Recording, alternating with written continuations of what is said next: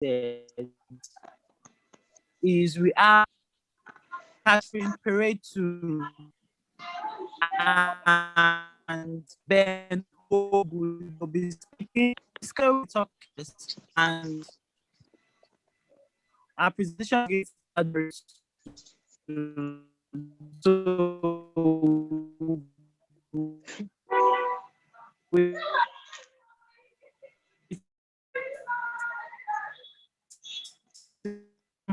for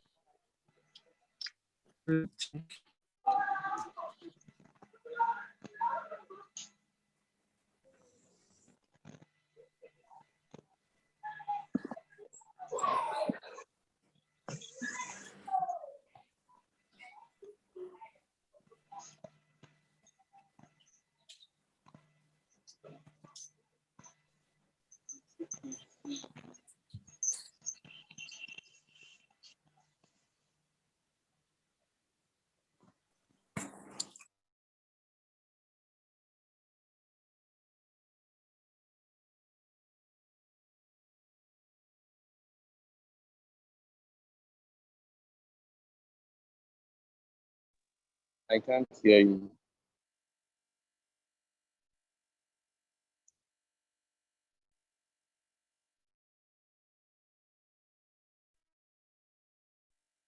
I'm not able to hear. Hello, can everyone hear me?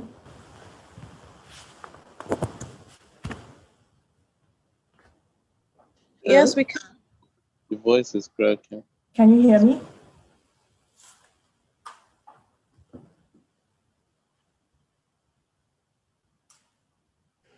Yes, I can. Okay, all right, so this is going to be like practice for everyone. Can everyone see the reactions button at the bottom of your screen?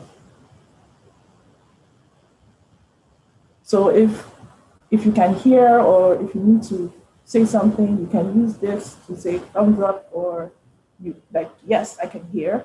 Or if you want to ask a question, you can use that to raise your hand. It would be nice if I could see everyone, but a lot of the time when everyone's videos are turned on, it's harder for everyone to connect. So this is how I would know that everyone is on the same page. So I'm just going to go right in and jump into my presentation.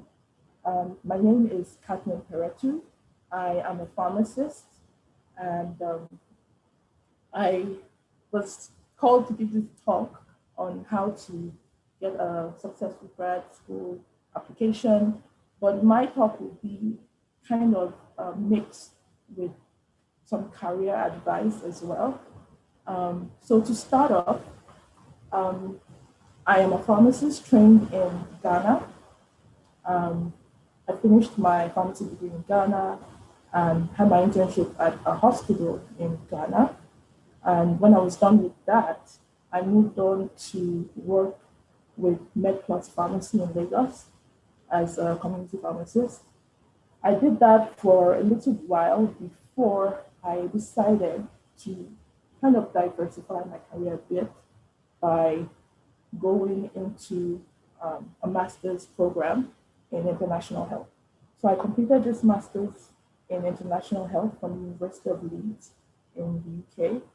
And as soon as I was done with that, I moved back to Nigeria. And my first opportunity was not in international or public health, but working as a medical representative with Novartis Pharmaceuticals. I did that, but quickly found out that sales was not my jam, was not my thing at all. So I started looking for new opportunities. But one of the key things I want everyone to note, because you don't immediately find your niche or where you fit in immediately you're done with school. So have an open mind. You can try out new things. Some people find it in the first job they get. Some people don't. So try new things, be open-minded. So I went into medical sales rep, covering some regions of the north, a lot of travel, road travel, sales, keep meeting up to targets, and things like that. But I knew what I wanted to do was in the future. So I needed to keep on working towards what I wanted. So no matter where they sent me to, they sent me to Bida in Niger State. Like I would go like with enthusiasm to learn everything I can possibly learn because no skill is a waste. So I learned everything I could possibly learn, and that elevated me to my next job. So my next job was with United States Agency for International Development project. So it's like a public health agency, like an NGO. That's what it's called in Nigeria. And I got in as a supply chain management advisor or associate. So I moved up to being an advisor with time. So as I said, all the skills that I used in my previous job, I was able to transfer it into this new role as an advisor. So a lot of my work involved like going out to different states and countries to help strengthen their supply chain management system for pharmaceutical products. So that's why I say everything is transferable, because I had a knowledge of pharmaceutical products. I could talk to the people I met about storage conditions, expiry date, keeping track of all of those type of things. So I worked there for a while, and while I was working, I opened up my own pharmacy because I wanted to explore the full scale of being a pharmacist. So that was also a learning process in being an entrepreneur. So you go through obstacles, which could be from trying to get a license to getting your facility inspected. So a lot of those things, but you know what you're getting into and what your endpoint is. So you keep on going. Like what I always say is that if you don't give it all you've got, you're only cheating yourself. Because in the end, it's what did I get out of this experience that is most important. So at this point, I'm going to do another check to know that everyone is still with me and I'm not talking to myself because I can't see anyone. So if everyone is still here, this is the first test in preparing for grad school, being able to do it, because this is a lot of times, some courses might be partly online and partly in person. So this is a medium. And I'm sure by now with the pandemic, everyone has kind of gotten used to virtual communication. Okay, so I've seen a good number of thumbs up, and feel free if you have any questions along the way. I will get to Helen because I see Helen's hand up. I'll get to you at the end of my presentation. Okay, so community pharmacy. So I've gone the full length. So I've done the clinical pharmacy. I went into community pharmacy. I went into industry or pharmaceutical company. And then I also own the pharmacy myself. And then working in an NGO. So these are like, as you can see, the spectrum of things that are open to you as a pharmacist, especially in Nigeria. But now we're talking about being in a different country. So my own context is Canada. So I relocated to Canada December 2017. So there are two routes to leaving the country to pursue a career or a life. And there is the immigration pathway, and then there is the school or study route. So I immigrated with the Express Entry program. I can give you some tips because I did all of this myself. Research is a very big skill for you to have to pursue any type of postgraduate type of education. So I did a lot of research, no consultants, and I was able to get through the process of getting here with my family. So upon getting here, what everyone tells you, the first thing to do is assess your education to see if it's the same standard or the same level as what is acceptable here. So with that, I was able to do some research again. Research is a very big thing for grad school. So do some research and find like the steps or the process to getting my qualifications assessed here in Canada. This I did like 3 to 4 years ago. So for wherever you need to go to, the advice I have is to go to the country's website, find out what the pharmacy qualifying agency is, and then look through all the requirements. So for someone like Canada, each different province has its specific requirements. So I can't give you specific advice for you because you might be going somewhere else. And so when coming here, I assessed my qualifications, it was equivalent, and then I started to think to myself, you have to also understand what pharmacy is in the country you're thinking of. So here in Canada, most of the people I know that moved from Nigeria or a different country all seem to end up in community pharmacy. And I thought to myself, do I want to go back to being a community pharmacist? I wasn't ready to own another pharmacy. And then getting work in health supply chain management, which I already had some experience in at this time, was not something very widespread. So I thought to myself, okay, I need to go into another sector and explore, because that's what being educated gives you, like an opportunity to explore different types of careers or sectors and find what works for you. So I started the contract jobs with universities because I wanted to be close to post-secondary education. And I ended up finally in my current role as an administrative coordinator for the School of Medicine in the University of Calgary. And I do that for grad school. So somehow everything comes together for this talk because I work in grad school as well. So on this note, are there any questions before I jump into something else and move forward? I think Helen's hand is still up. You can unmute yourself, maybe turn on your video and ask your question.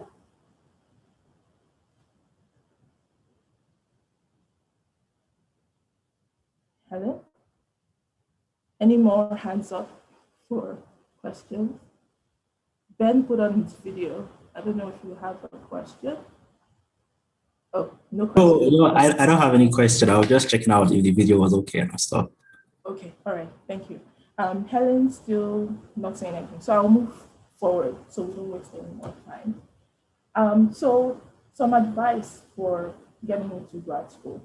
One of the key things is networking. I find networking and research, I always put them together in the same bucket because as a grad school applicant, you're expected to have a certain level of research capabilities. So you did your project, your final project, your dissertation, and you had to do research. So going into grad school is like an upgrade from that type of research. So research has to do with finding the right school, finding the right program for you, looking at the information that is available on the specific program that you want to do. So like, what are my prospects after I finish? Because you can't just go into something without having a plan and a plan to continue after you're done with the program.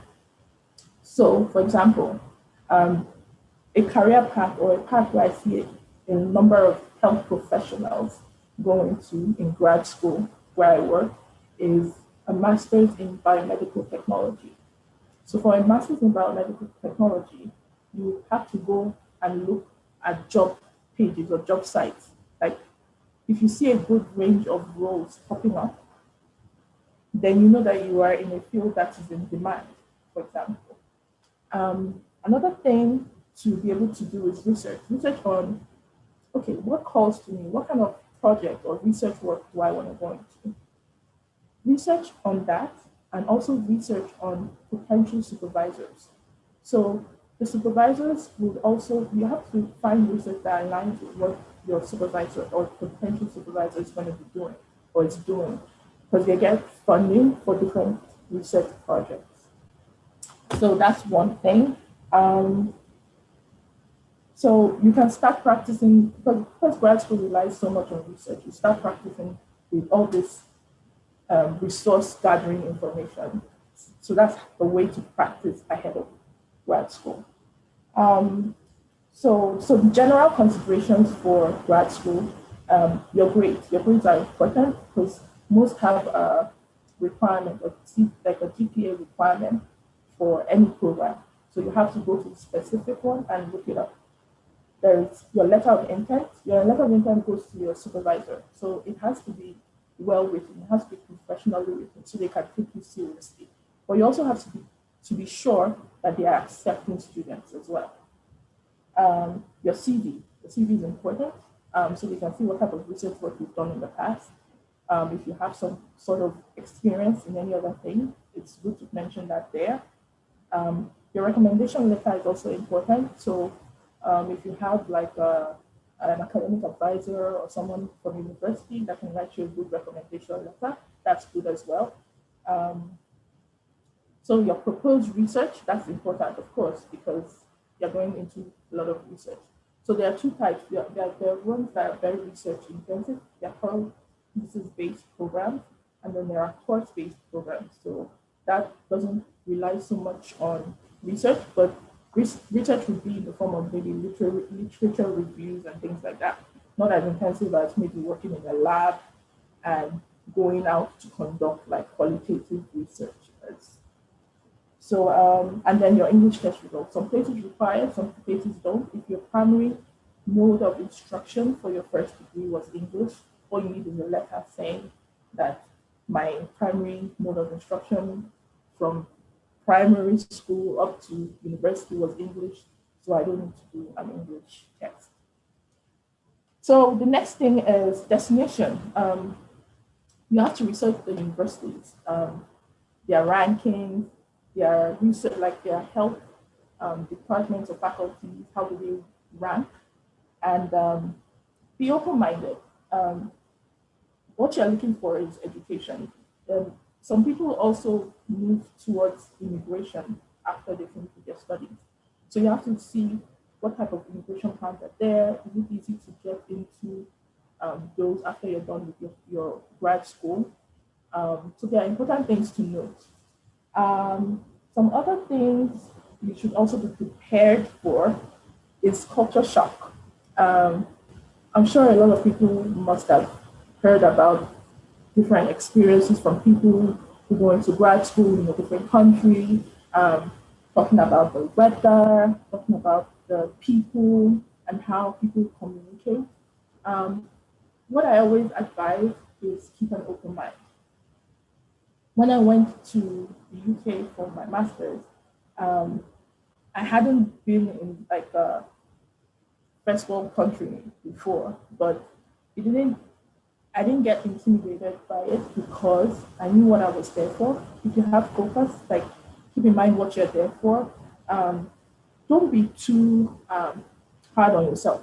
Allow yourself time to get into the culture, relate with people from different countries, different upbringings. Open up your mind, because if your mind is closed up, you won't open yourself up to different experiences.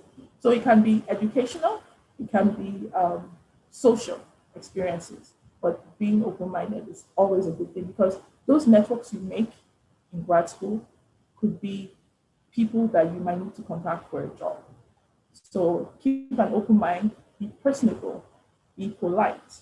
And all of these things are the soft skills that you need for the workplace after school, because employers don't only rely on your education, your hard skills, like, okay, you have been trained. They also rely heavily on your soft skills. How do you relate with people? Will you make a good team player? Do you work well with others? Because nobody wants a difficult employee. So you have to start to work on all of these things in grad school. Some grad schools offer like communication skills courses. Don't be afraid to learn. Ask questions. That's a very big thing because if you never ask, you never know. So some other things I would advise, punctuality is a very good thing. Start to practice it now. No Nigerian time, no African time. Be disciplined, be patient with your journey because the journey looks different for everybody. I have colleagues who ended up teaching. I have colleagues who got into something straight out of school and knew that they loved it and they stuck to it. People like me who are still exploring, I am still exploring and I'm not afraid to keep on exploring at this point because you never stop learning. Be adaptable. That's a big thing for employers as well. So you need to be able to adapt to different scenarios.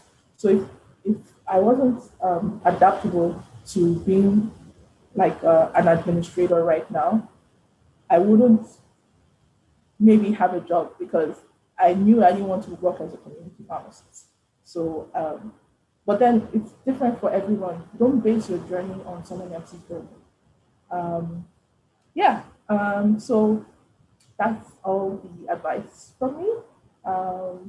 If there are any questions, comments, I'm open to that now. Just go into your reactions. I pick them as they come, not everybody at once. So, yeah. Is everyone still here? Am I talking to myself?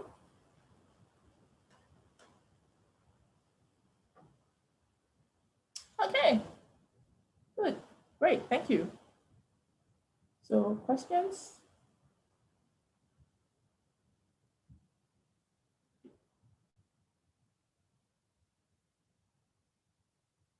Oh, I don't know who Infinix Note 6 is, but if you could unmute yourself, maybe your video, introduce yourself and ask your questions. Hello. Hi. Hello. Good Hi. evening, Ma. Yeah, my question is actually on the things to consider. I didn't get to hear the ones you mentioned. That's the grade, CV, letter of recommendation. Like I didn't get all of them. Okay, so I will go through those again. So the things to consider your grades, because every program has a minimum grade requirement. So you have to look out for the specific program and what the requirements are. Your letter of intent, which you send to your letter of intent, like you send to your potential supervisors that their research aligns with what you're interested in. Okay. Then your CV, Okay. then your recommendation letter from an academic advisor or someone from the university, and then your proposed research topic, Oh, right. and then your English test results if required. If they will take your letter saying you've done your education in English, then you don't have to do a test. So you have to research to know what is required by each specific program in each university.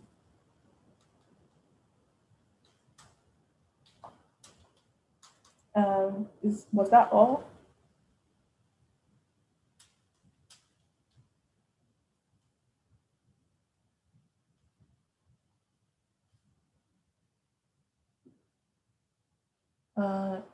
Okay.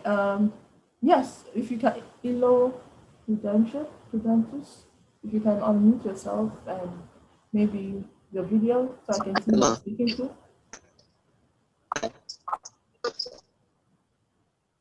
I want to ask, you can tell a little bit into getting a supervisor. Okay. Or will I talk about? I'm thinking this would be a better question for the next speaker because I did all of this about 10, 11 years ago for my own master's. So yeah, I will leave that for the next speaker.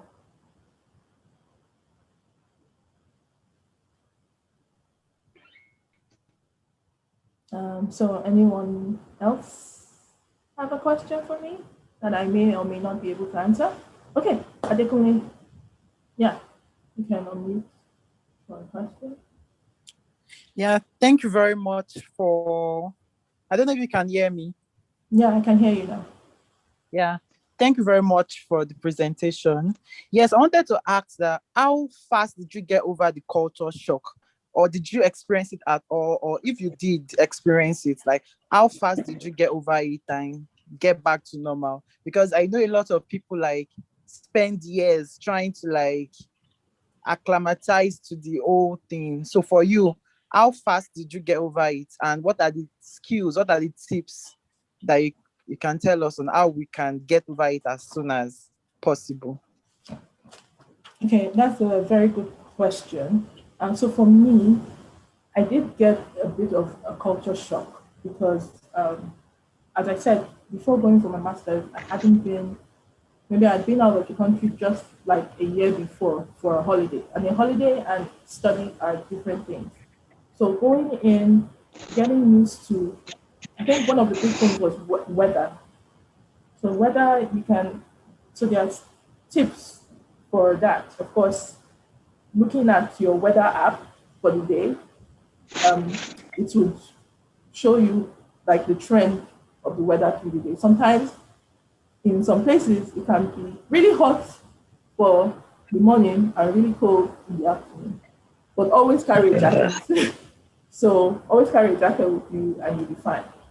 Some other things or ways in which I overcame this culture shock was being open-minded.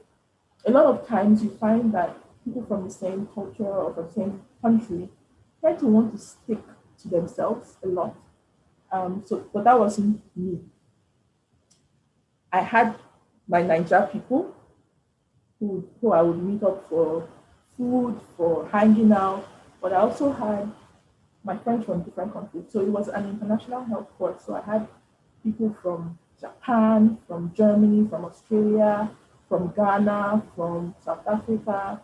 So it was a good mix of people and trying to understand their points of view. That's why I talk about being open-minded, because if you're closed-minded, you don't learn from other people and their cultures. You might think Nigerian culture is the best, or the way you do things in Nigeria is the best, but there might be better ways of doing things. That doesn't mean that you lose your sense of heritage and culture, but being open-minded. So that's how I was able to overcome some of that, being open-minded. I knew that I had my study time. I planned my timing for the day so that I know if someone is talking about going out to hang out, I know that I have done what I need to do with school, which is important and most times expensive, before I socialize. So those are basically my tips for that. A lot of people I met I'm still friends with right now. That's where the networking thing comes in. And yeah, I hope that kind of answered the question. And I see Mobolaji has his hand up, your hand up. You can unmute and ask. Hello, can you hear me? Yes, I can. Okay, thank you so much for your presentation. I just wanted to ask, if you go the scholarship route, you take scholarship, yes or no? And do you have any advice for those that are interested in pursuing, going through scholarship, looking out for scholarships while applying for any position? Because I know in my personal experience, just my small research that I've done, I know you might want a program where you find out that, oh, the scholarship doesn't really cover, the scholarship you're shooting for doesn't really cover this and everything. So it really affects, it skews how you, what you choose basically in the end. So do you have any advice generally for those that want to go to scholarship? Thank you. Okay, thank you for that question. That's a very important question. So for my experience from 10 years ago, I intended to go through the scholarship route, but I had some support financially, so I didn't need to go through that route. But my advice for anyone who's looking to the scholarship route and they don't see like fully funded, like that covers the duration of the program, this is where you have to be open-minded. And if one place doesn't have it, another university might. So keeping yourself open-minded, because there's no one course that is found in only one place. So giving yourself options, plan A, plan B, plan C. If this doesn't work out, there's a reason why it didn't work out. If there's anyone who's religious here, there's a purpose for everything. If it doesn't work out in this school or that program, find something else. So write a compelling letter of intent for whatever scholarship, because a lot of them are very competitive. So yes, that is my advice.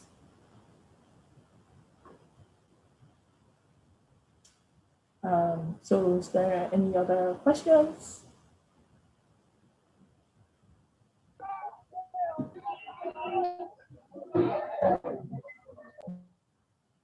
Okay, in the absence of anything else, I will pass it over to the next presenter.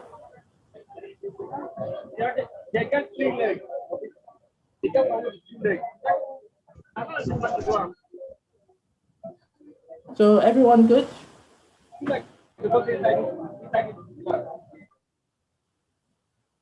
All right, so I leave right now, if that's okay, because I have a meeting. Okay, yes, thank you very much. All right, thank you. So, yeah. So the things you highlighted, so some of the things our first facilitator highlighted is we should be open-minded. That is very, very important. As we are coming into a new environment, it's very key for us to be open-minded.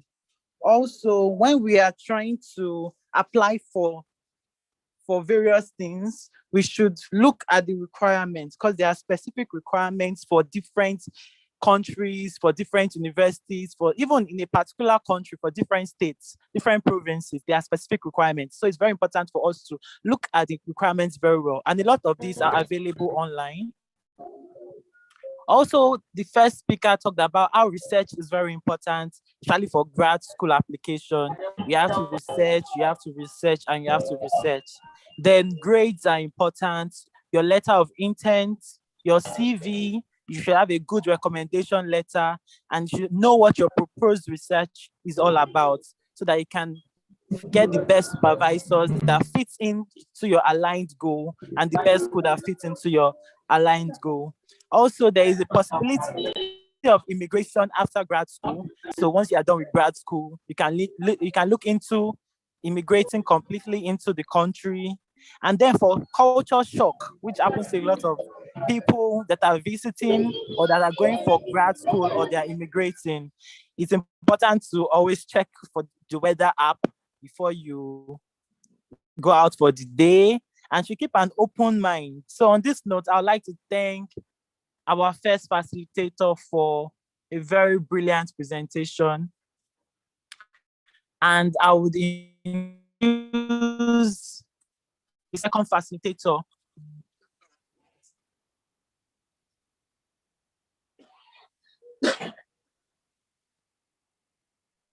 So the second facilitator is pharmacist Ifechukwu Nwogu, who is an incoming PhD student of the University of Washington.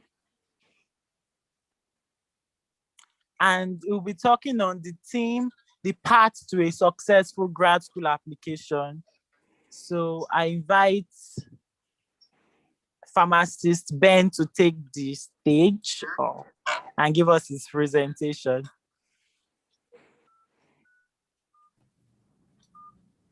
Hello, everyone. Good evening. Please just confirm if you can hear me. Good evening. I can hear you.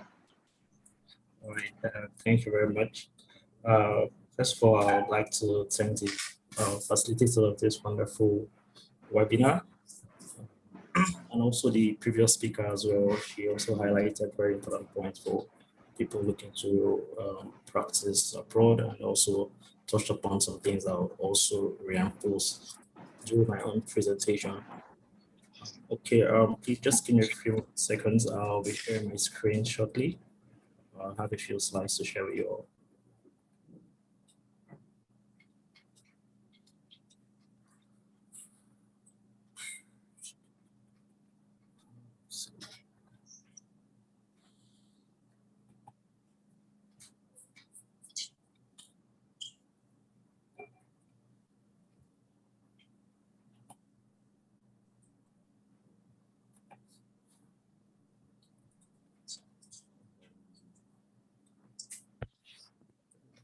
I don't know, for some reason I can't try to look for where this slide is.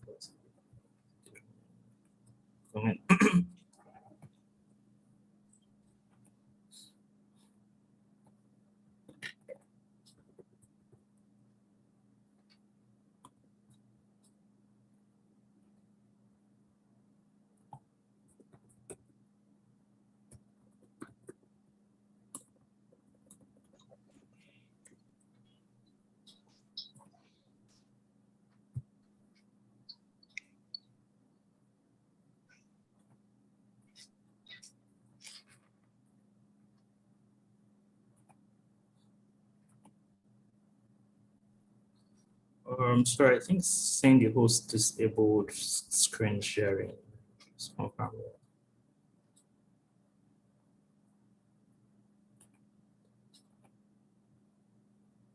Please, can the host kindly enable screen sharing so I can share my screen?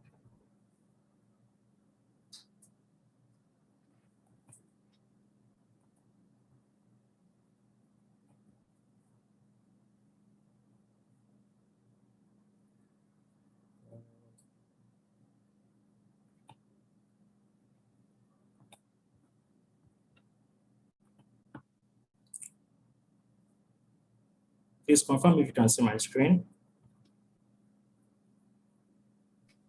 Yes, I can see your screen. All right. So once again, welcome everyone.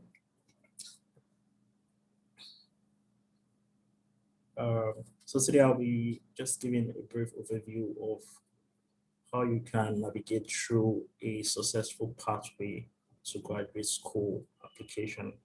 My name is Nwogu. I think they've already introduced me, so I wouldn't just go over my bio.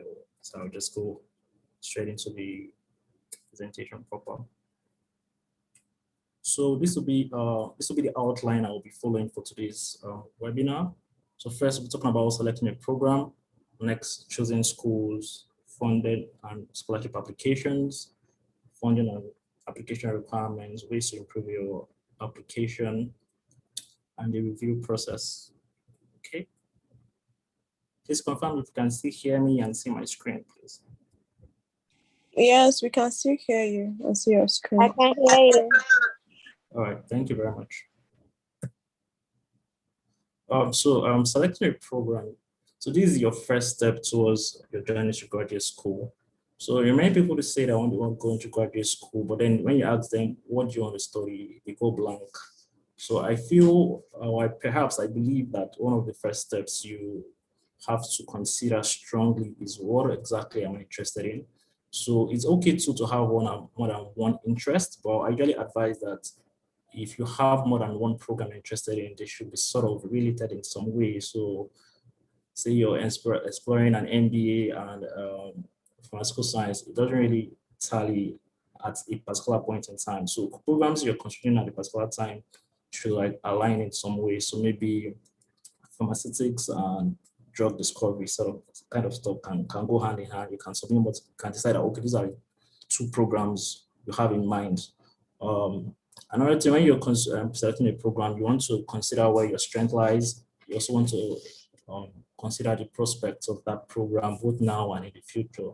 Okay, so first things first, identify a program you would be applying or programs you'd be applying to. So give you some form of direction in the first instance, because if you've not selected a program, it's just like a rate limited step. You can't really do much. Okay. So the next is choosing schools.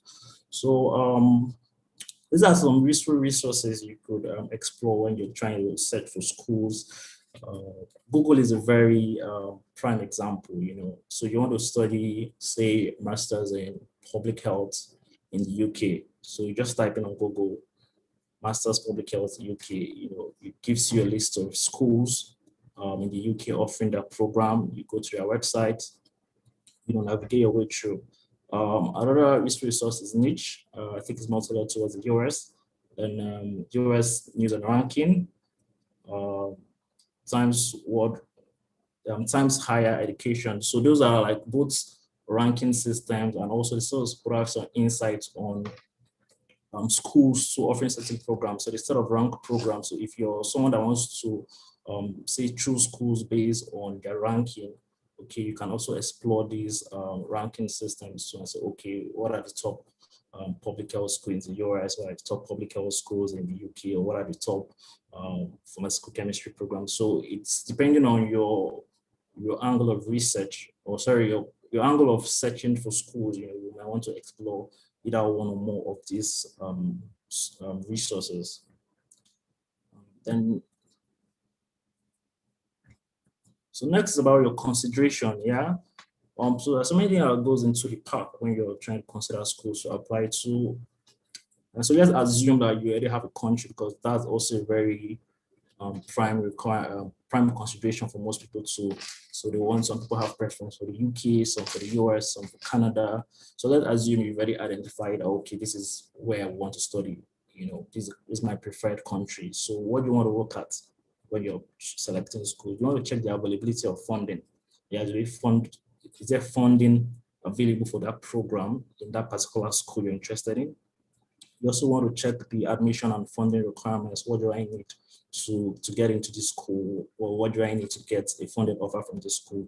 You also want to check your research alignment, like does this school's research prospects, or do they have lecturers or professors whose research interest aligns closely with what I want to do? You want to check that. Some people also look at ranking. So ranking could fall under two arms. So it could be school ranking, and then also the program ranking. Yeah, so you can see maybe a program might rank really highly, but the school itself might not be highly ranked. So some people sort of say, oh, you better check the program rank. And some people say, oh, the school's name is still, you know. So you might want to look at that when you're choosing schools, and then weather as well. And when I say weather, even within a particular country, some people still have preference for locations. So for instance, now, say in the US, the states up north like Minnesota, Michigan, and those schools are up north, they're quite cold. And why those down south, California, the Arizona, they're a bit more tropical. So some people actually, though it's not like a very, it's not a deciding factor in most cases, but people tend to consider it so in their choosing schools. So this is just sort of a snapshot of common funded opportunities. So for the UK, you have Commonwealth, Chevening. Europe, you have Erasmus, you have MasterCard. For the US, we don't have those popular scholarship names, because most programs in the US and Canada are funded either through teaching or research assistantships. We have the Joint Japan World Bank Scholarship. So I really wouldn't go through everything, because there are quite a lot, but this is just a handful of some popular scholarship opportunities. Like I put a note there, this is not an exhaustive list. These are just some common ones. There are other scholarships that are not captured here, especially school-based scholarships. So some schools have their own internal scholarships, like the scholarship I got for my master's at the University of Nottingham, the Developing Solutions Scholarship. Then schools like Stanford also has the Nysc scholarship. So those ones are not covered here. So just to put it out there that this is not an exhaustive list, but you know, just have a snapshot of different opportunities globally. So I just presented something like this. So yeah, so let's just walk through some of the requirements. So okay, you're going to apply to grad school, what are the things you need to get sorted out? The first thing I have here is your academic transcripts.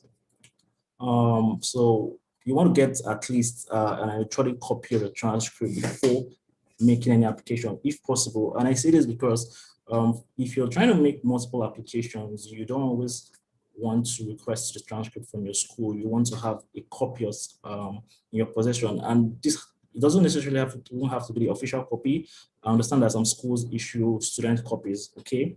So you want to have the transcript with you, even though there are some schools that would say, oh, we need an official transcript directly from your school, or some would say we accept West transcripts. But to be on a very to be at an advantageous position, I would say at least have an electronic copy, because for application and review purposes, most schools still accept electronic copies, whether they're unofficial or official.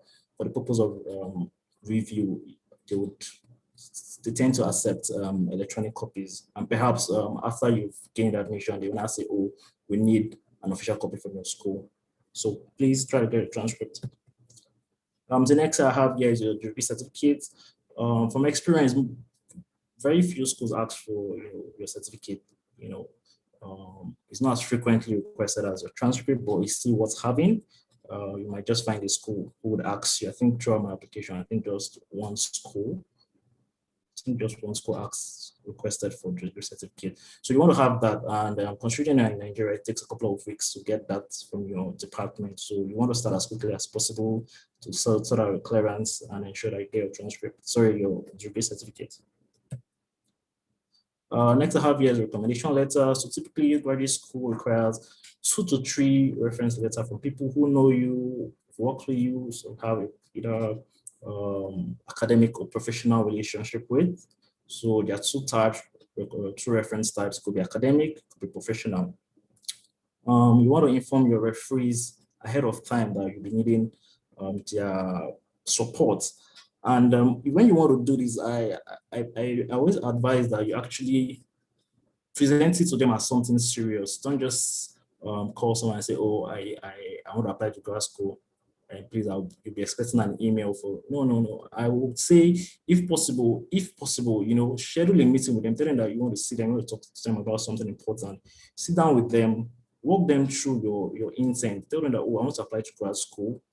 Tell them about the program you have interest in, tell them about the number of schools you'll be applying to. So why I'm saying this is because you want to mentally prepare them for what they will undertake, So just give them a quick run through what you intend to do, your program, the schools you're applying to, so that they're in sync with your own objectives, so that when you're meeting them, they won't be like, this boy has come again.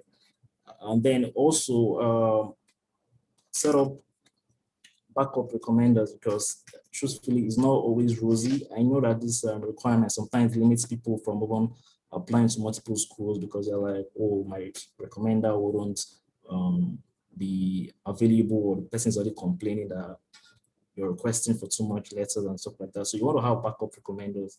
You want to contact more than the required number of reference letters required, so that if one isn't forthcoming, you can reach out to another. And then inform them on time too. You want to maybe 1 or 2 months before you start your application. You want them to be aware. Not when you start applying, you not start telling them. You want to give people a lot of time, to have access to that information. And then lastly, sometimes you might need to provide draft to recommenders, because these are busy people. Sometimes they won't have that luxury of time to sit down to start drafting recommendation letters for you. So some of them might even tell you that, oh, draft something and send to me, I will edit it. Or you could also suggest it to them, especially when they are being reluctant. You can tell them, okay, don't worry, it won't take much of your time. I'll draft something out for you, and then you just edit and revise it if required. So that is something you also have to bear in mind regarding recommendation letters. Next is standardized tests. So you can see that I grouped GRE, GMAT together, and then IELTS TOEFL together, because GRE and GMAT sort of you can use one in place of the other depending on the school's requirement. But from what I know, GMAT is more for MBAs or graduate business school programs, and then GRE is for other programs of specialty. However, the GRE is not a compulsory requirement. Is both a school and a program-based requirement. So you might see that a program in a particular school requires GRE, and that same program in another school doesn't require GRE. So you want to look at the various schools you're applying to and then check if you require the GRE or not. And then if you do require the GRE, you want to set up a very good timetable to prepare for the exam. You don't want to joke with it. You don't rest on your laurels or I was BGS or I'm very smart. Don't downplay the exam. Take it seriously. Give it enough time, give it enough attention, and make sure you score high as you can. Then for the English language requirements, you could either present TOEFL or IELTS. Now for the US, US is more inclined towards TOEFL. They have a bias for TOEFL, while Europe and England or UK rather, have a preference for IELTS. So that doesn't mean that they don't accept IELTS in US or they don't accept TOEFL in the UK. They do. Most schools I know can use one in place of the other. But if you're going to be traveling to US, maybe you might be advised to use TOEFL because they are more in sync with that. And then I know just a very, very few schools will tell you that they don't accept IELTS. I think I experienced just one school that told me, or rather that, provided that information that they do not accept IELTS at just TOEFL. But that's like 1 out of 100. Most other schools can use either of them. And then it's also not a compulsory requirement. It's optional for some schools. Some will give waivers to people from English-speaking countries like Nigeria. Some will only give waivers to people from native English-speaking countries, or if you've obtained a degree from a native English-speaking country, like say England, sorry, I keep saying England, the UK, Canada, or Australia. And then some will just be like, see, once you're not a native speaker, you need to provide an English language requirement. In my own case, I didn't have to, but I wasn't chanced to write any English tests for when I was making my PhD application because I was pressed on time. So I had to select schools that didn't require it. So one of the things you want to consider as well, check requirements for GRE or English language proficiency tests. Next is, sorry. I think I messed up a few things here. Okay, so next is mailing,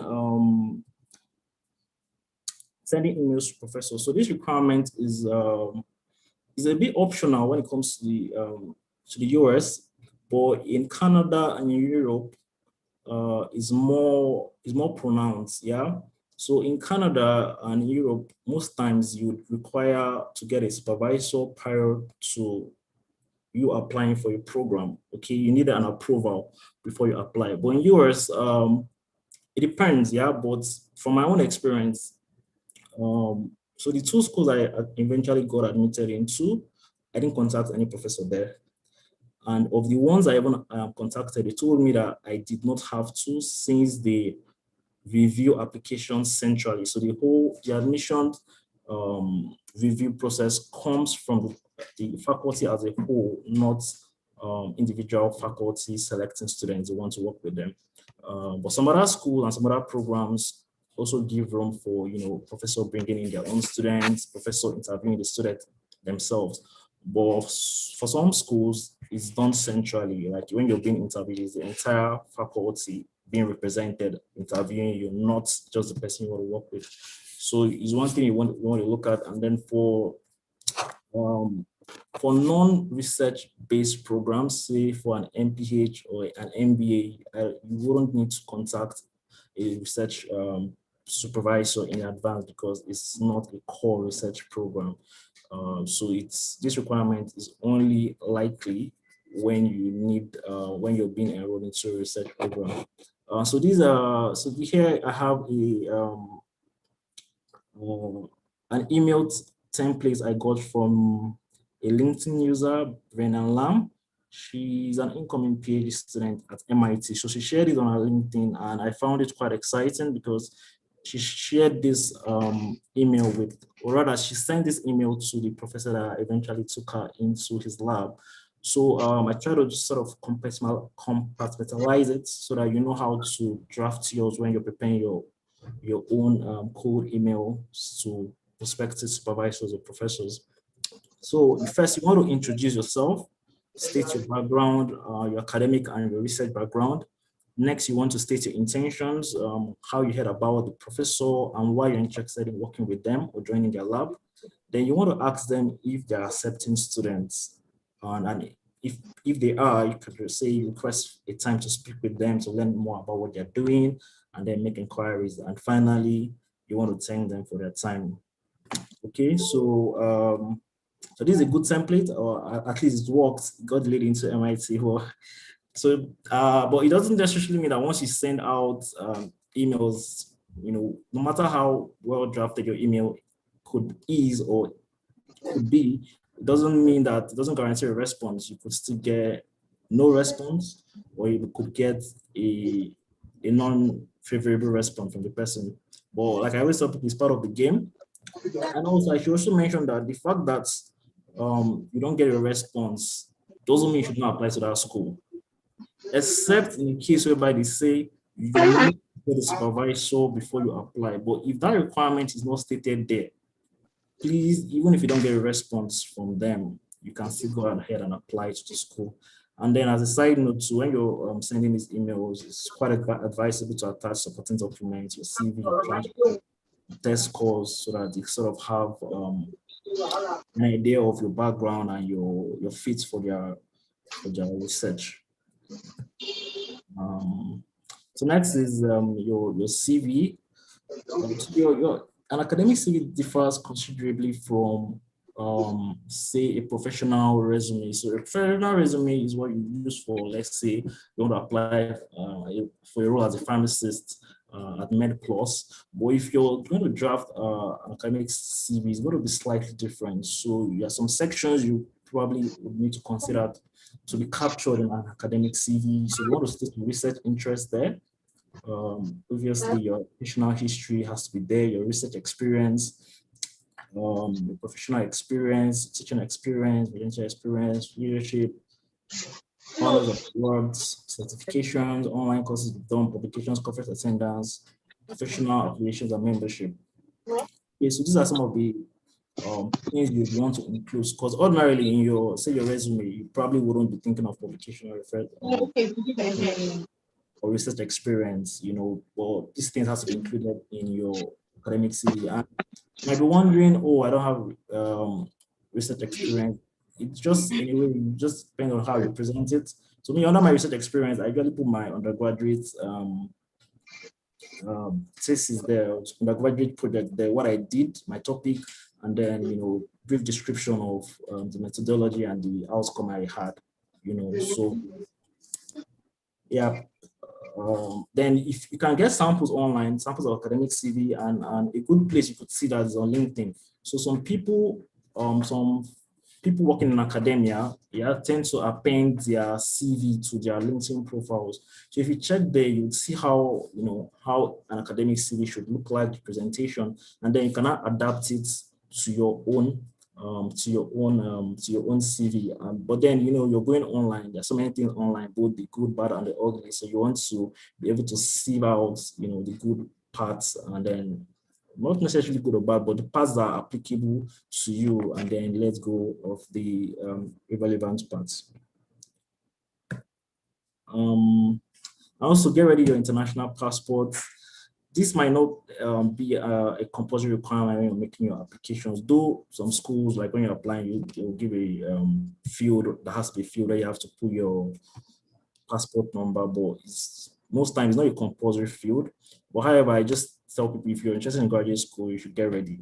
You want to fly out, so you should get a passport. And then for people that want to take the last test, most times your international passport is the sometimes the most preferred means of identification. So you want to take the GRE or the TOEFL or IELTS, to tell you to present international passport as a means of identification. So it just comes in handy to get international passport. So yeah, ways to improve your application. So now I'm looking at this from the context of, okay, you know what the requirements are, you've written your GRE, you've scored really high, you've taken out time to write your personal statement and all of those things. And then, you just look seeking ways to improve your application, okay? So one way of doing that is by getting relevant research experience. And this could be by, say, volunteering to work in a local research community, or volunteering at your alma mater or any research institute where you're located, and being a part-time researcher with them.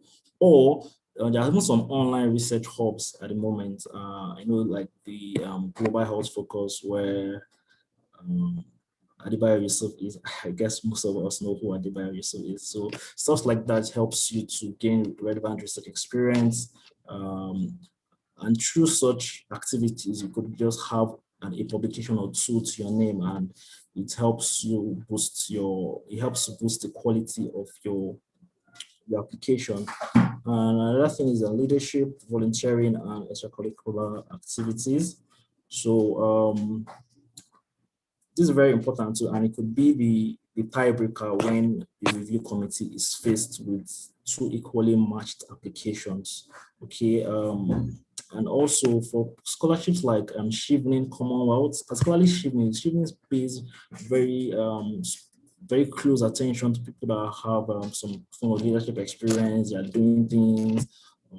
Say they run an NGO, related from an NGO. So those things really stand out for such scholarships. And in fact, they actually, for Chevening, I believe that they actually weigh leadership and extracurricular activities higher than your academic rigor. So they even weigh that ahead of whatever you finished with in your first class or your CGPA. So it's one area too you want to strengthen.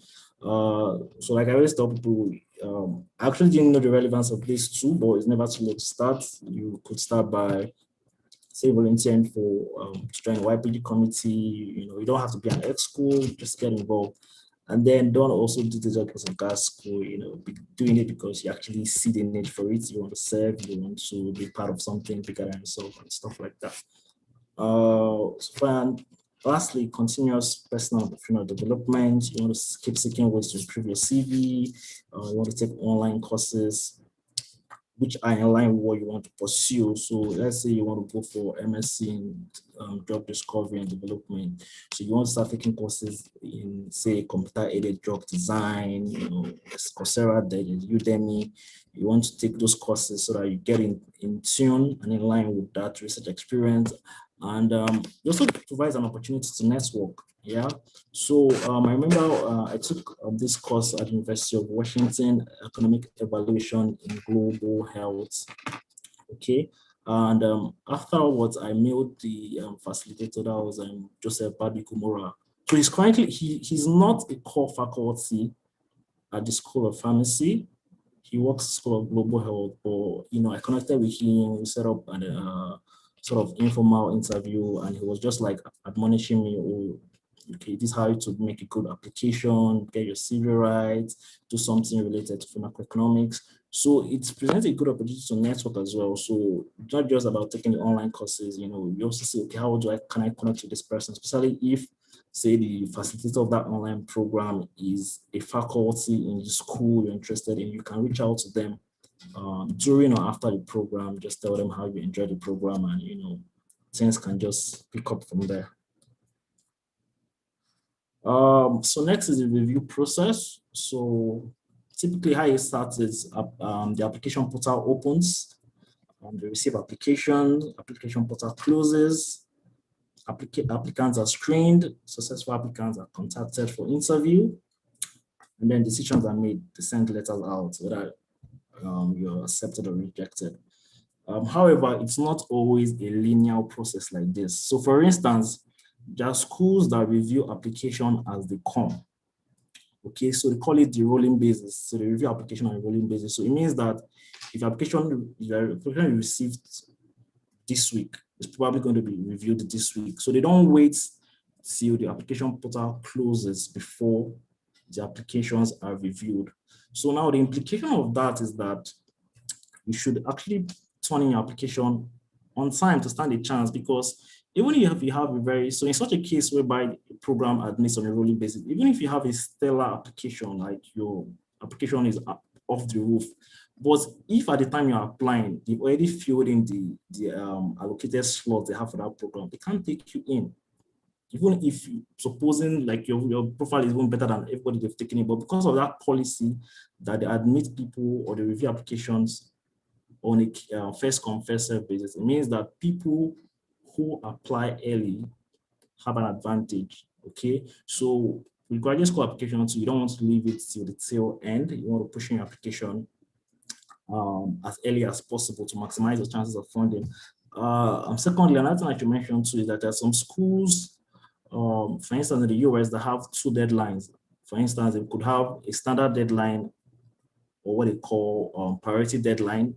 Sorry, they could have a priority deadline, okay, and then they, and also have a standard deadline. So this priority deadline is for people that want to maximize their chances of being funded. Yeah, so you say something like, okay, for funding, please apply before priority deadline. And typically the priority deadline is usually earlier than the standard deadline. So if you want to maximize your chances of being admitted and funded, you should strive to turn in your application before the priority deadline rather than the standard deadline. And also to not all programs interview students, okay?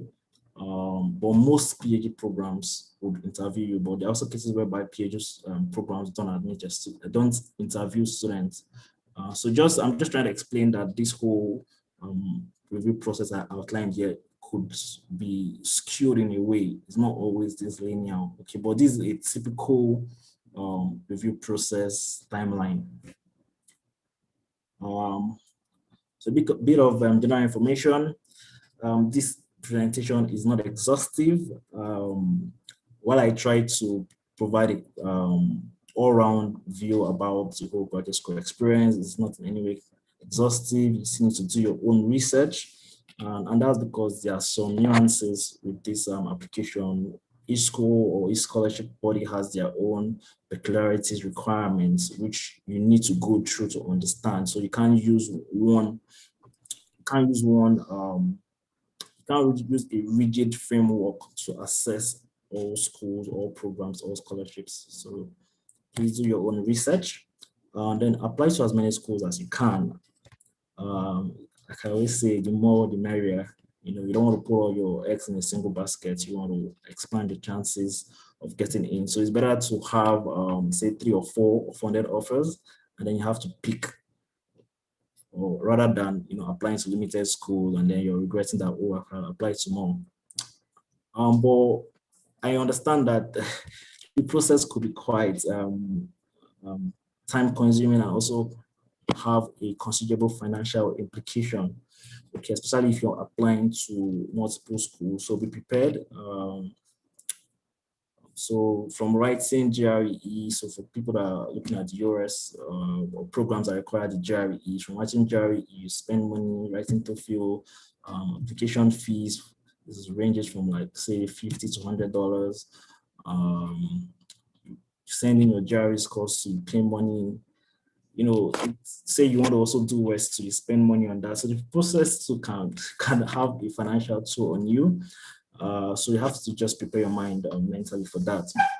However, the joy and the fulfillment you get after you clinch an offer, a funded offer, just takes away every pain of the money you spent. And also just as an advice, just some institutions that offer support to Nigerians seeking graduate school opportunities. So they help to, so for instance, I have ICE Scholar Initiative. I think they're speaking tomorrow. So I know they have a sort of program where they pick eligible students from a competitive pool and then offer them money to defray cost of application, a predetermined number of applications, and then TOEFL and GRE fees. And also there's also the Education USA Opportunity Fund program, where they also provide such financial support in terms of paying for your GRE scores, TOEFL. And I think good thing about Education USA OFP is that they also, if you eventually clinch an offer, they also pay for your flight tickets to the US. Okay, so these are opportunities you could explore to sort of mitigate the financial burden of application. I strongly recommend these two. Then you want to surround yourself with people pursuing the same goal as you are. It's a very tough, demanding, and sometimes frustrating process. Okay, so you need to have a solid support system around you to encourage you, people of like minds, that you share the same goal, and you can help each other along the way when the going gets tough, because definitely most times it gets tough. Also, you want to reach out to past and current scholars. So let's say you want to apply to Commonwealth or Erasmus or whatever scholarship you want to apply for, you can just search for people who have gotten it before or current beneficiaries of that scholarship, and just ask them that, I need some guidance, can you help me review my essay, this kind of useful guides, because many people owe their successes to good guidance and mentorship. And then lastly, you just want to believe, you want to pray about it. Yeah, not to sound religious or prophetic or anything like that, but when you've done your part, just hold on to who or whatever you believe in, and then just trust that everything will turn out fine. Okay, so that will be the end of my presentation. I'm happy to take questions, comments, suggestions. All right, thank you very much. Thank you.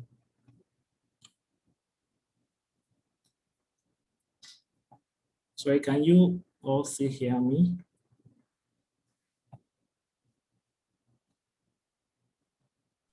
Yes, we can. Thank you for that presentation.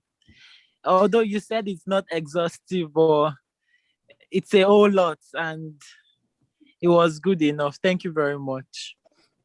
So I think there are some questions, and I think if you have a question, please can you raise up your hand with the icon down below.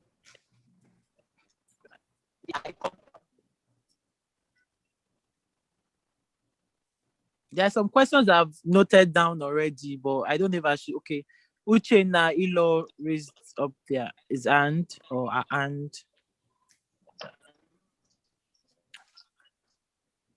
So Uchenna, you can ask your question.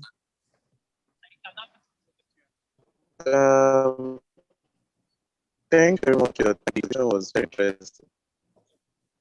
I want to ask, can someone that not yet graduated begin all this process? Like someone in, let's say, university in like UNL.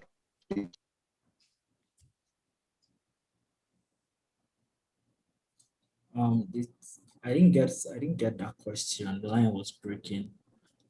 Did anyone hear it? Can someone transcribe it to me or something?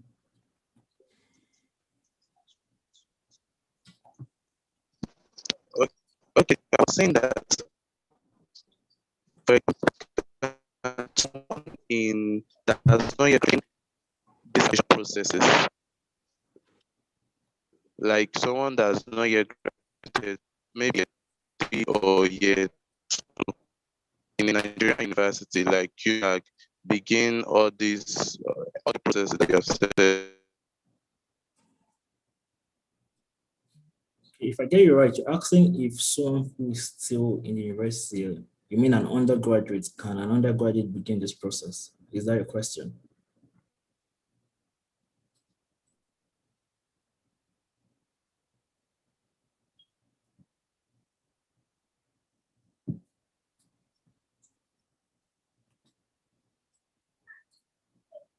Yes, he said that's his question. Okay, so this is a graduate school session. So I believe people who are interested, or people who can utilize. I wouldn't say people who can benefit. So people who can utilize this moment at the time, or people who have graduated, or people who are about to graduate. So if you're saying 200, 300 level, I don't think it's advisable to apply now. Like, it's good to have the information, but say you apply now and you're given an admission, do you stop your undergraduate program and transition to your graduate program? Of which I even doubt that's going to be possible. Like, if you don't have if you've not completed your graduate program, you can't proceed to grad school, and that's why it's called grad school. So if you're still an undergraduate, I don't think you're eligible to even apply for grad school, except say you're in 500 level and you know that by the time your application will be reviewed, or by the time you'll be called for interview, or by the time you'll be awarded an admission, you'll be wrapping up with your final year results and all of that, and that at that point you'll be ready. But if you're still in 200, 200 level, I don't see why you should be applying for grad school. I hope that answers your question. Yes, sir. Thank you very much. So there is Oyinye and Adeoluwa Adegoke. So Oyinye, you can ask your question. Thank you, for your presentation. I really enjoyed it, and I must say it's the best presentation I've seen in a while. So I have two questions. I don't know if you can hear me. Sure, I can. Please go on. Okay, so I just wanted to confirm, or rather ask, do you have to have a master's degree before you can pursue a PhD? Right, that's a very interesting question, and one that's commonly asked when such graduate school sessions are being held. So now it depends on the country and then the program. However, generally in the US, you do not require a master's program for you to proceed to a PhD. There are very numerous stories. In fact, currently I know about 5 people who have PhD offers in the US to resume this fall, and they don't have master's degrees. Okay, so most programs in the US would admit you directly with a bachelor's degree into their PhD program, except for a few, a few will just say, okay, a master's program is preferred, or say a master's program will boost your application. Obviously, whether they say it or not, a master's program will definitely sort of give you a sort of advantage, but it is not a requisite in the US. However, when you now switch to say Canada, it's a different ball game. Most schools require you to have a master's in Canada before you proceed to a PhD. However, I've seen a few persons in Canada that transitioned from bachelor's to PhD, but it is not as common as the US. Same with Europe and UK. Okay, for UK, you most times will require a master's before pursuing a PhD. So it just depends on the country and then the program. Okay, thank you very much. I also wanted to ask, I know the US deals mostly with PharmD, and here in Nigeria we have the BPharm. So when you move to the US, you have to start all over again with the PharmD program or something. Okay, depending on what you're going to the US for. So are you going for grad school? Are you going to like grad school, like okay, normal graduate program, or you're going there with the intention of practicing in the US? So I know how to approach the question. For grad school and to also practice. Okay, so for grad school, you don't need a PharmD, yeah? Your BPharm is enough for you to apply to virtually any graduate program in the US, okay? PharmD is not required. I've not seen any program that requires a PharmD for you to, pursue graduate school. It's always bachelor's, yeah, that's the basic requirement. Now, in terms of practice, okay, I really don't have expertise in this area, but I know that you can practice in the US without a PharmD, okay? But the trick here is that with a BPharm, you sort of be limited to just community practice, okay?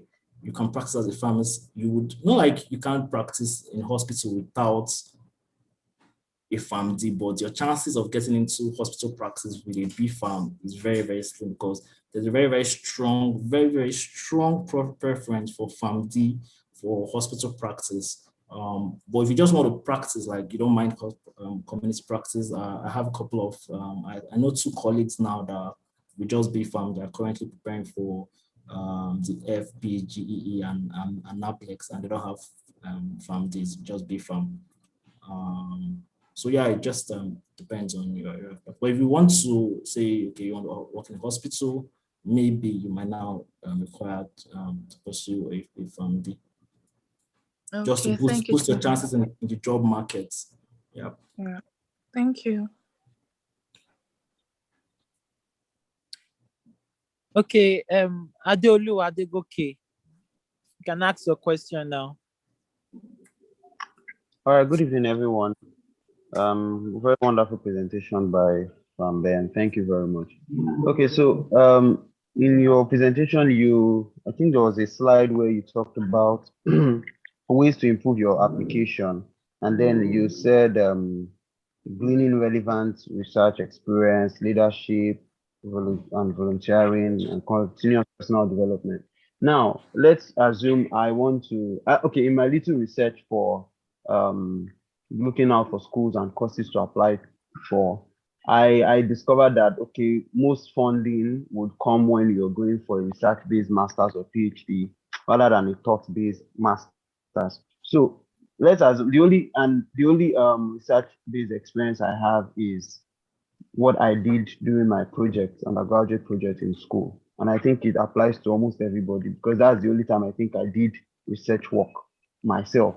Now, the research work I did in school is not in any way relevant to maybe the courses I'm looking out to apply for. So how can I align this? That's the first question. 2, I read one piece you posted one time, I can't remember the platform, where you talked about how to pick your school and how to pick a course for grad school. And I think I'm still at that point where I want to make that decision of picking the exact course I want. Sometimes I go through some schools and it's like I want to do everything. I know it's not possible, but I am just confused, super confused on what exactly do I want to do. You talked about doing an introspection. What do you really like? What skills do I have now? But honestly, sometimes I still don't know what I want to do. So I don't know how you can still help. What other things can I do to make me be able to pick a course that is really relevant and that I can benefit from? Thank you.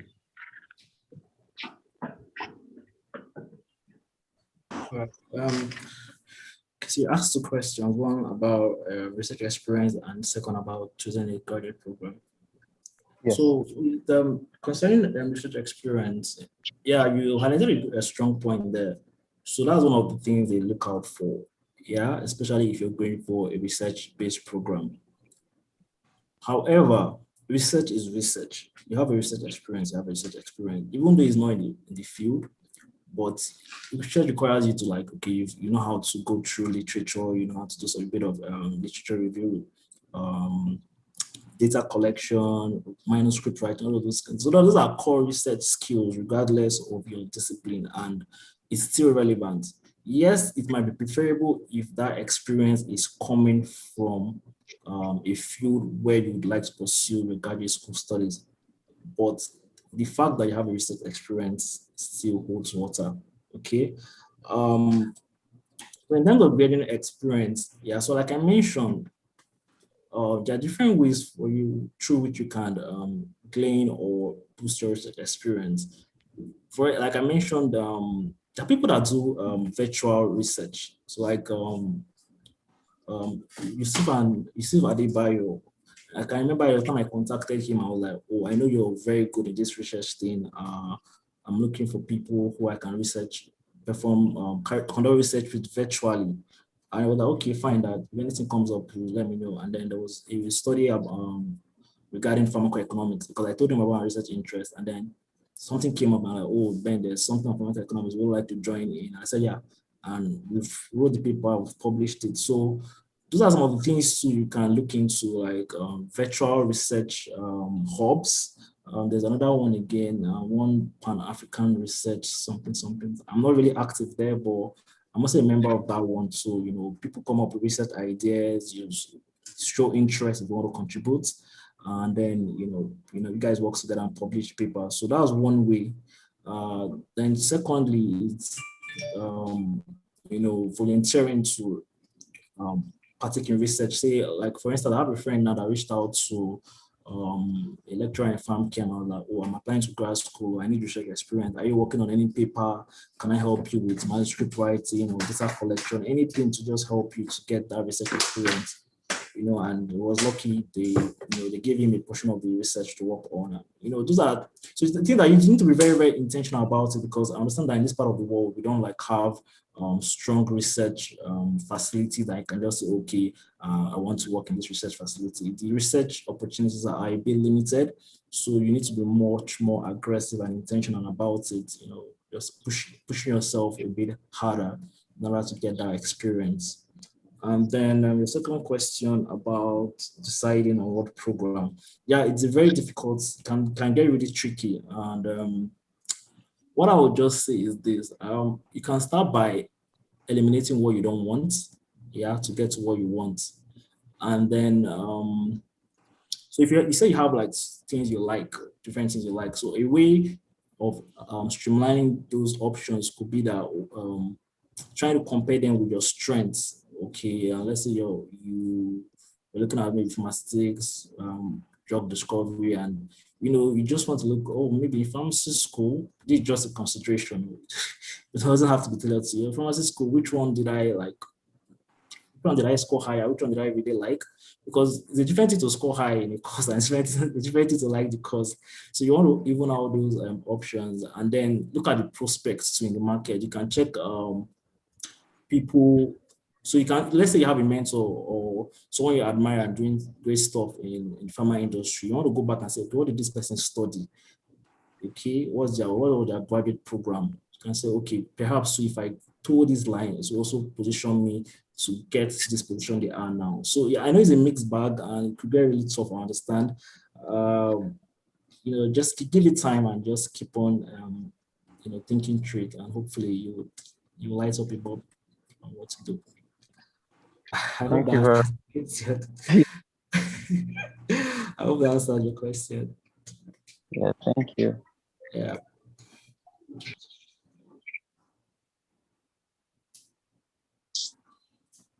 So thank you very much. There are some questions that people sent earlier, so I'm going to ask them so that you can do justice to them. Okay, one person asked, what is the possibility of getting a fully funded scholarship without a first-class degree or no research experience?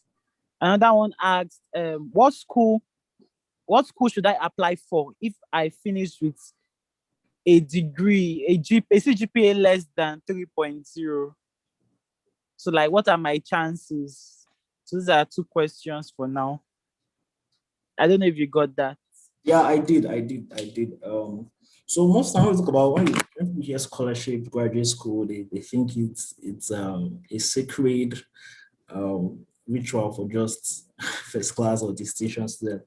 Well, I would like to correct that widespread misconception. So graduate school is not just reserved for people who have 4.5 CGPA and above. Yes, I'm not trying to downplay grades. It helps, makes you a competitive applicant.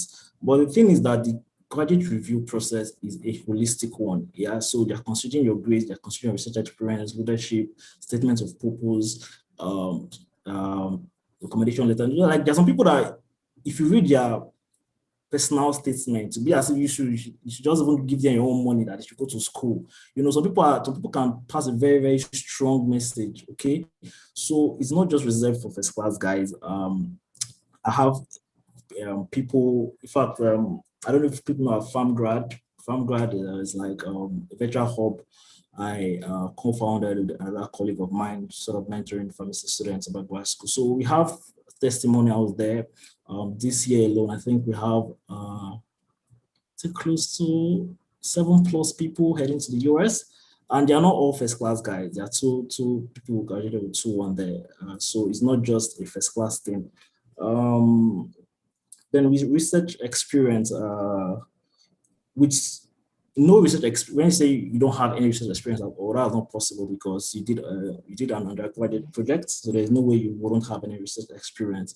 However, if you know your research experience is not that strong, you want to try to buffer it through some of the things I highlighted when I was addressing Adegoke's question. And it shouldn't be a limiting factor, you know, I don't have research experience. At the time when I made my PhD application, I didn't have a single publication. Yeah, and I was lucky one school dashed me admission. So yeah, it's going to help you if you have strong research experience, have publications, but it shouldn't deter you from applying. Don't write yourself off. Yeah, don't write yourself off, especially if you're just fresh out of school. Yeah, because those people too, they also consider all those things. When did you leave school? So if you just left school like say a year ago, they don't expect you to have such robust research experience or 10 publications. So they look at all those things. So this person has good, this person just left school but has good prospect. We can groom this person because when you're entering to graduate school, they're also training you. Okay, so they just look at you, are you teachable? This is someone that, okay, if you teach fundamentals, can the person be able to produce good quality research work? So that's what other things you're looking at. So don't write yourself off. However, still try as much as possible to get research experience if you can. Then the question about CGPA or less than 5.0, that's going to be tough. Sorry, less than 3.0 rather. That's going to be tough because most schools usually have the requirement of you need at least a 3.0. Yeah, a 3.0 CGPA. However, it's not a complete write-off. It just means that you need to work really, really hard on other aspects of your application to justify that your undergraduate transcript doesn't define who you are. Okay, so you want to put in much more effort in getting research experience. You want to put in much more effort in writing your personal statement, and then you just want to bluster other aspects of your applications that would make up for your CGPA, but it's not impossible, particularly in the US, yeah, because I know scholarships like maybe Commonwealth sort of have sort of bias for people that finish with first class or very good CGPAs.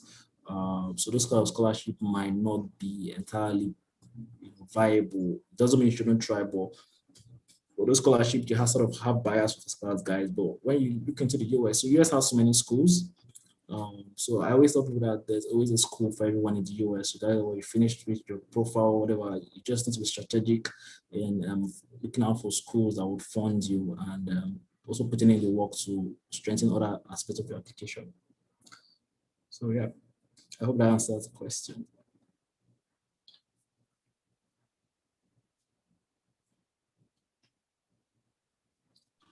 Yes, thank you very much. There are still some other questions. One of them is, which is the easiest and the most affordable country to apply to? Another one is NYSC necessary for application for postgraduate scholarship?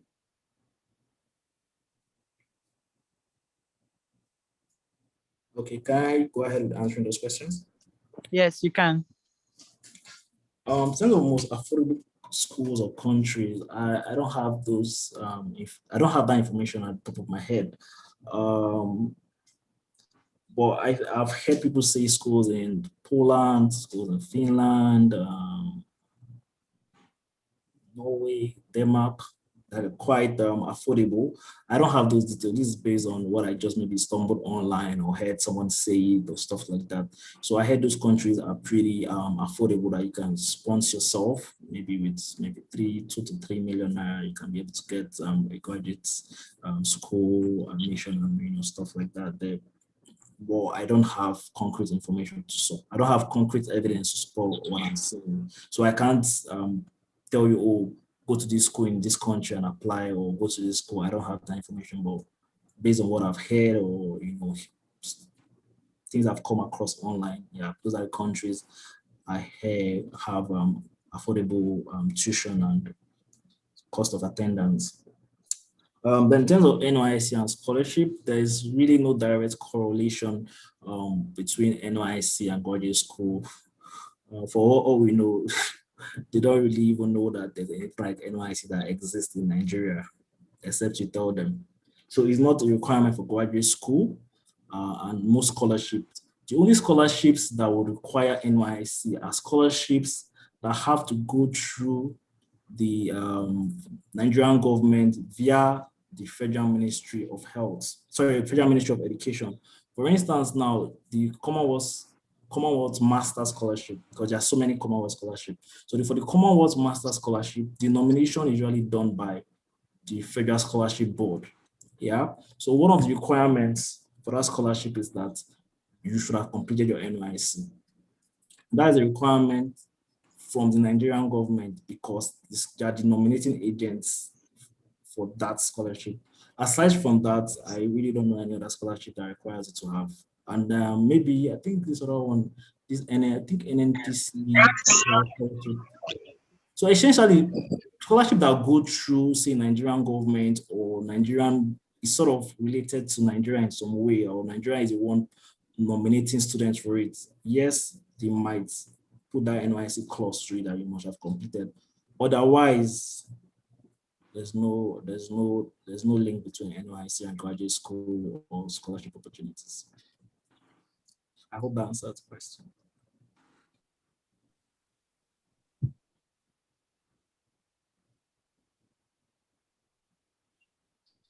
Yes.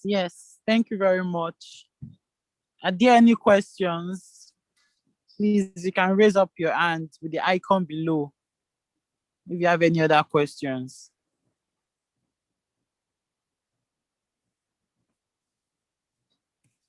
You can raise your hands, icon down below. So,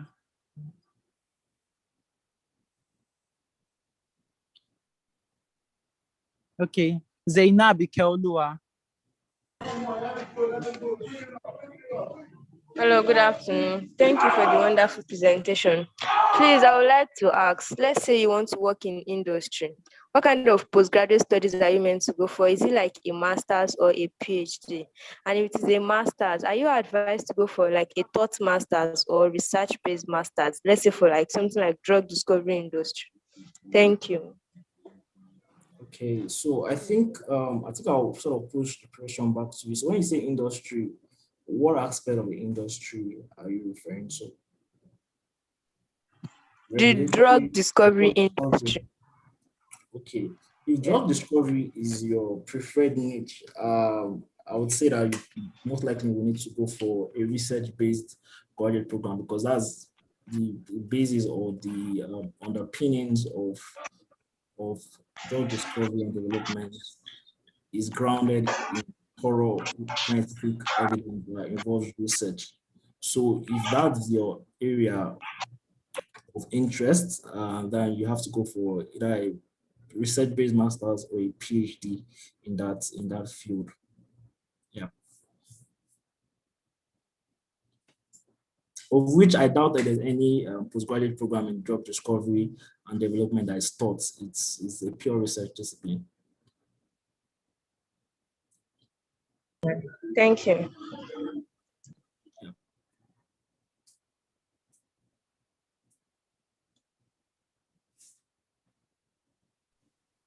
Thank you. Well, in the absence of no question, I want Pharmacist Ben to give us a closing words.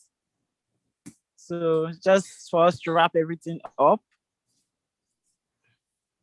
Okay. So my closing words would be this. Yeah, if your goal is to pursue graduate school, you just need to put in the work. Okay, it's not enough to fascinate or daydream about, oh, I want to go for graduate school. You know what you need to do, or perhaps now you have a bit of an idea of what to do, the steps involved, searching for programs, identifying schools, drafting SOP, writing GRE. Now you're armed with that information, okay? So you want to swing into action and stop procrastinating. You want to stop, just translate. And also passion is not enough. Oh, I'm passionate about graduate school. I want to get my master. I need a PhD. Those things are good, but if it doesn't translate into action, then it's as good as not even saying it at all. So you want to swing into action, and also you want to start early. Okay, so it's not something that would happen in a day. Obviously, the whole process I just narrated here, from what I presented, you should know that it's something that requires a bit of time. Yeah. And so for instance, now if you're targeting fall 2022 admission, I want to believe that you started preparing your application now, like you started getting your documents, started preparing for the GRE, and that's because most schools, many schools, let me not say most schools, many schools have their deadline in the preceding year to the admission year, okay? So schools admitting for 422 might, a good number of them will close applications this December.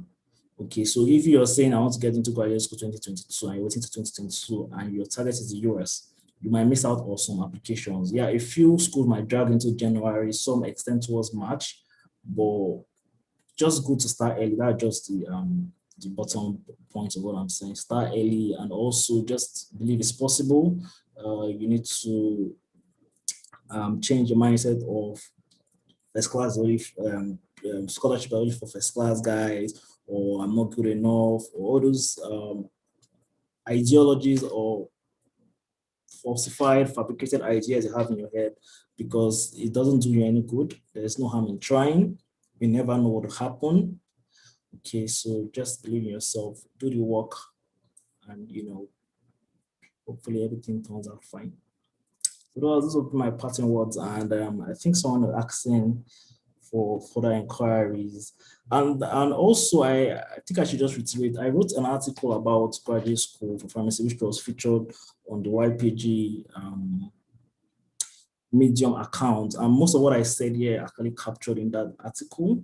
So if you've not gone through it, it's probably be helpful to go through that article, which I wrote. It's quite handy. I've gotten a sort of good reviews from it. So you want to go through that as well. If perhaps you need to reinforce what I've said, perhaps to remind you of some of the things I said, you can always reference the article and get the information you need.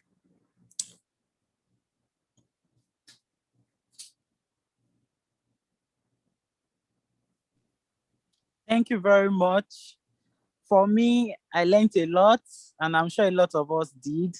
I learned that it's important to surround yourself with people pursuing the same goal. The more, the merrier. I'll start using that now. And then it's important to join the YPG committees. You have to volunteer, not just to buff off your certificate or your CV or anything, but also as an act of service. And then you should reach out to people. You should reach out to supervisors. You should reach out to scholars that are currently doing the program of choice. And then for counseling and guidance and also mentorship. And lastly, believe and always pray about it. Thank you very much. I want people to share what they've learned today. You can share on the comments in the chat room. You can also unmute yourself and share if you intend to. Someone was asking for the link to the article. I just shared that link. Okay. Oh, sorry. I think I shared it directly to one person. Sorry. Let me send it to everyone. Okay. Share the link now. Okay, so I've just put the link to the article in the chat box. So just feel free to click on it and feed on the content.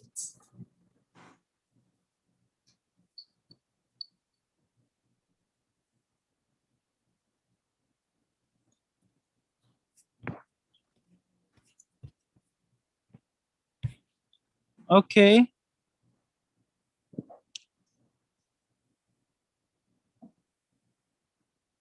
So I'd like everyone to know that this webinar continues tomorrow. And then we have 5 speakers from the iScholar Initiative. The iScholar Initiative is a charitable organization that was launched in 2019 and registered in the US in 2020. They help to mentor and empower young African students in fulfilling their dreams to pursue graduate studies via access to fully funded scholarship in world-class foreign universities. So we'll be having 5 speakers, and that's Dr. Olufemi Akombi, who will be talking on emailing prospective supervisors. Afiz Badmos will be talking about acing the GRE. Hanel Nkadi will be talking about the statement of purpose. Faidat Gbadamosi will be talking on writing your academic CV and getting reference letters. And lastly, Victor Awoshiji will be talking on how you can ace the grad school interview. So I hope to see everyone here tomorrow, same time. But before I go, I want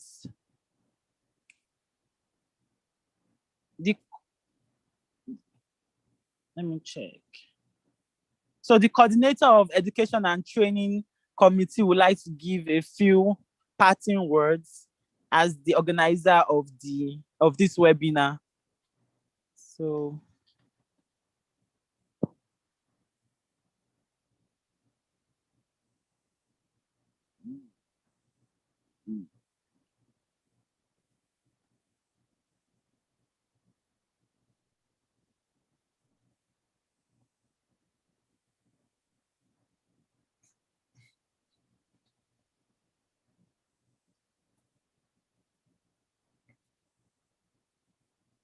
and also the state coordinator for PSN-YPG Lagos, in person of Emmanuel Obayomi too, would also give the final words.